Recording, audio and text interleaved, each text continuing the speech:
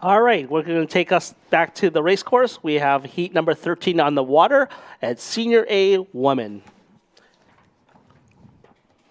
Now starting in boat 1 is South Breeze out of Long Beach, California.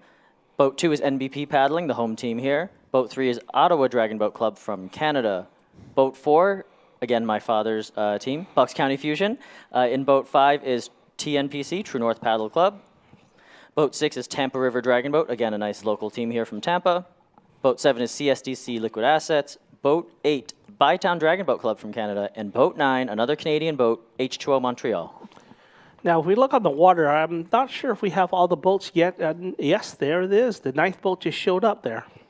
So, Bob, who do you think is the favorite here? Oh, it is a very, very tough call because these fields are stacked. All of these boats, as you were talking about earning their berths, have earned these berths. They didn't just sign up and decide to come here like a festival race. They've earned these berths through their respective national championships, the Canadian National Championships, the Australian National Championships, and the U.S. National Championships. So all of these crews are established, and there's absolutely no way you're going to get me to commit to picking here. Well, we have 5 Canadian teams versus 4 American teams. This is going to be very interesting. All right, there goes the first race, the first team, and that is South Breeze. Wonderful. South Breeze out of L.A., predominantly outrigger paddlers.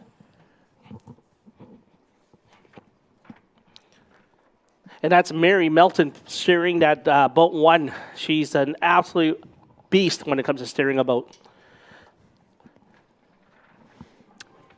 Starting up, this is the local team, Nathan Benderson Paddling, basically NBP Paddling, Nathan Benderson Park Paddling. This is their backyard. If you want to say their hometown, you don't get any closer than this particular crew. First time racing here at Club Cruise. Boat 3, this is the Ottawa Dragon Boat Club. Ottawa, Canada. You'll see the helm have a line behind her. That's a Cox box. It is connected to 3 speakers through the boat where they're making calls so that the paddlers will hear what they're saying. This is Bucks County Fusion. This is their second Club Crew World Championships. They raced their first one in Szeged.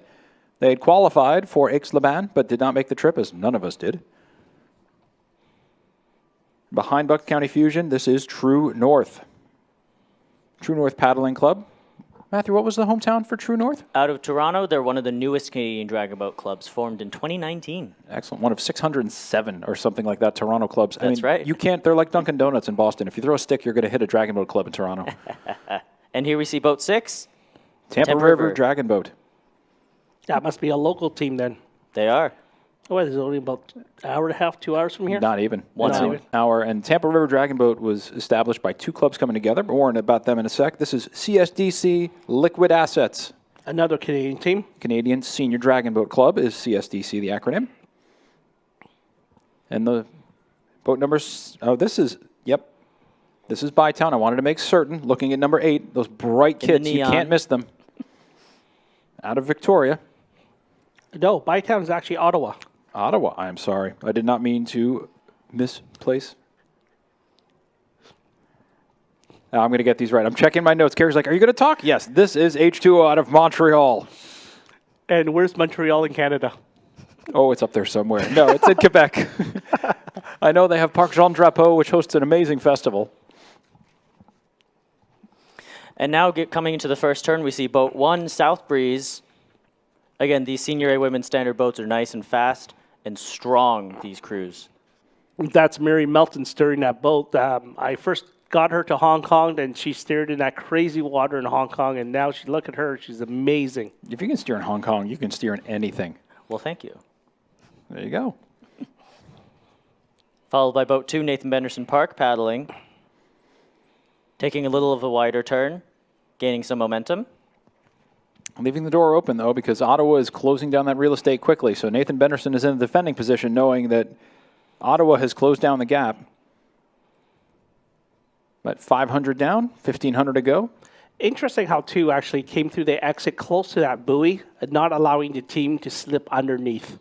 That's right, little defensive steering there. Followed by Bucks County Fusion, boat 4.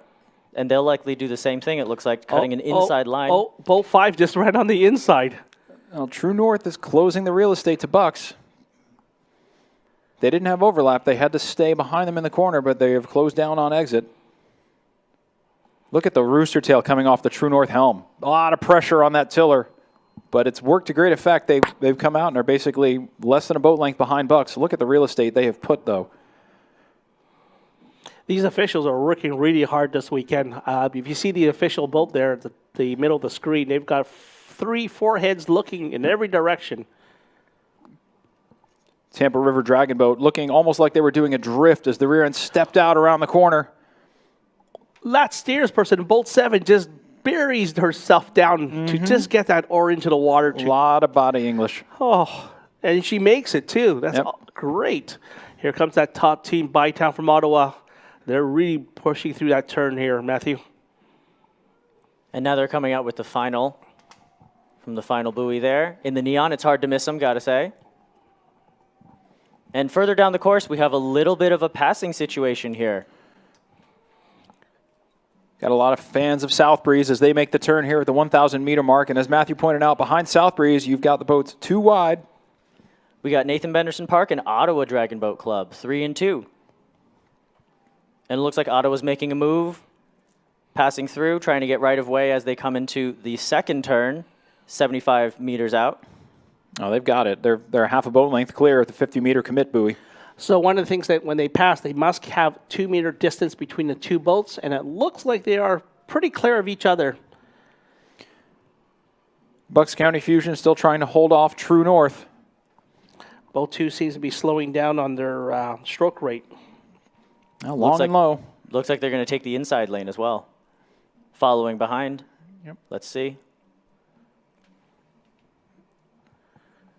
So Bucks Fusion is going to have to yield here to True North.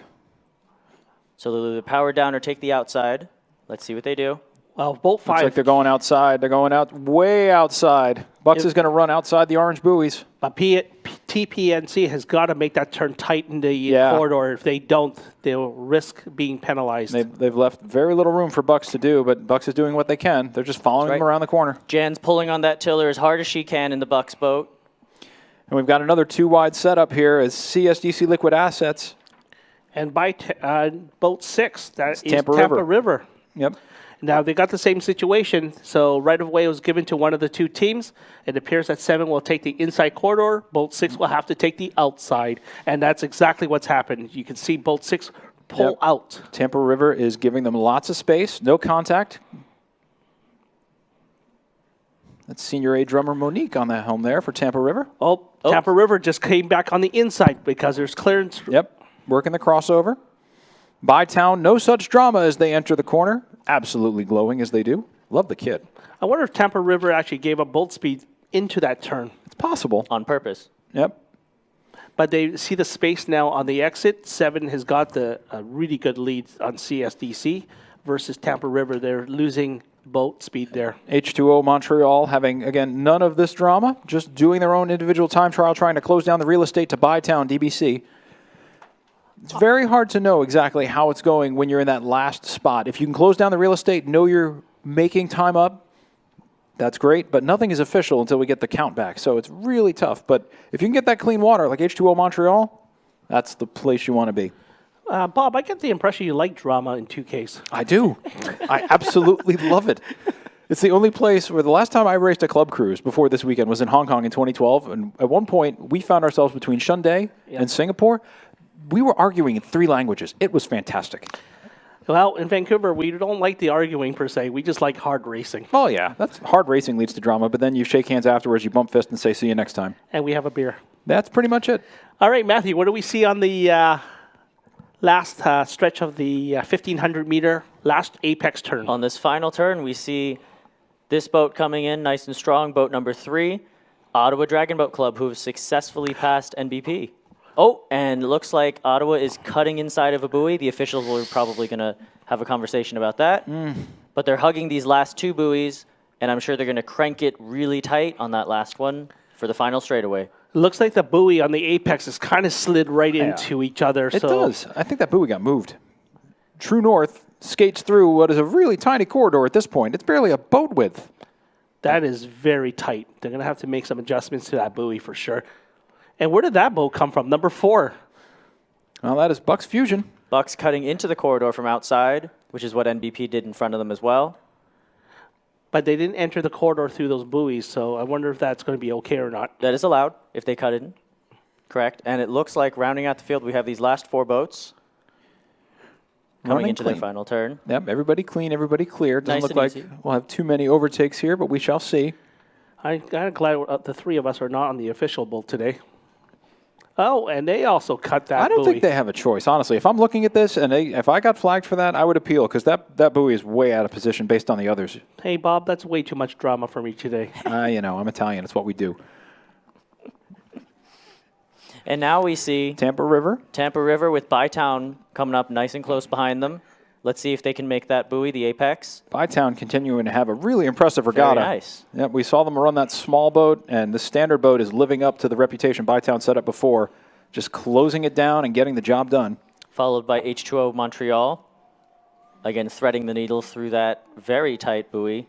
Ooh, look at that helm. Just pull on that steering oar. Phenomenal job. Beautiful. I would hate to see that steering oar snap. They have. I have. I've Usually seen it. It ends with somebody swimming. Yes. But no, this is all new equipment here we're racing with. So Pan Am provided the standard boats. I know Champion is doing the small boats, but all the equipment here is pretty much world-class, top-notch. They're just beautiful. Beautiful boats. Tell you a story in Hong Kong. Wasabi, one of the steerspersons, snapped the oar in one of the turns, and she able to get half the oar in the water and still steer the boat to a finish line. Wow. Run what you brung. And now coming over the line is Boat 3 Ottawa Dragon Boat Club, having passed 2 boats, along with True North Paddle Club, crossing the line, boat number 5 in their beautiful blue kit. And Matthew, you've got to take boat number 4 across the line. I know your dad's not in that boat, but Boat number 4, Bucks County Fusion, that's right. And on their right, we see NBP paddling. the hometown team practice right. right here all the time. You can't get much closer to Nathan Benderson Park than where we are. Now again, with those 15-second delays and intervals, Bucks having passed NBP as boat 4 and number 2, we'll have to see exactly what that does to their time. Yep. The results are available on idbfchamps.org/results if you're waiting. We have to wait for them to be official. A lot of things to untangle by the officials here. Especially this one. This is CSDC Liquid Assets, the Canadian Senior Dragon Boat Club.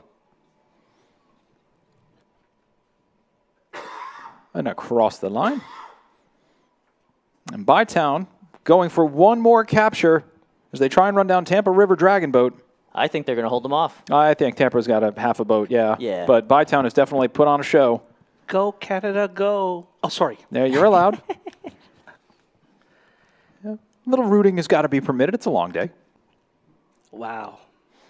Boat 8 started 2 boats behind Yep. boat 6, and they nearly caught them. Using that wake to great advantage. And H2O Montreal, Canada, trying to use everything they've got because they have closed down the distance. This is where it gets fascinating.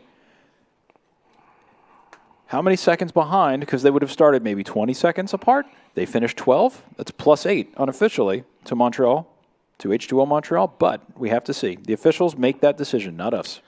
That was heat number 13 on the water, Senior A Women Standard Boat. As we look at the start line, we've got actually the next heat, Heat 14, Senior A Women and Senior C Women Small Boat. In lane number 1 for Heat 14 from Canada, Edmonton Dragon Boat Racing Club. In lane number 2 from Chicago, US of A, Windy City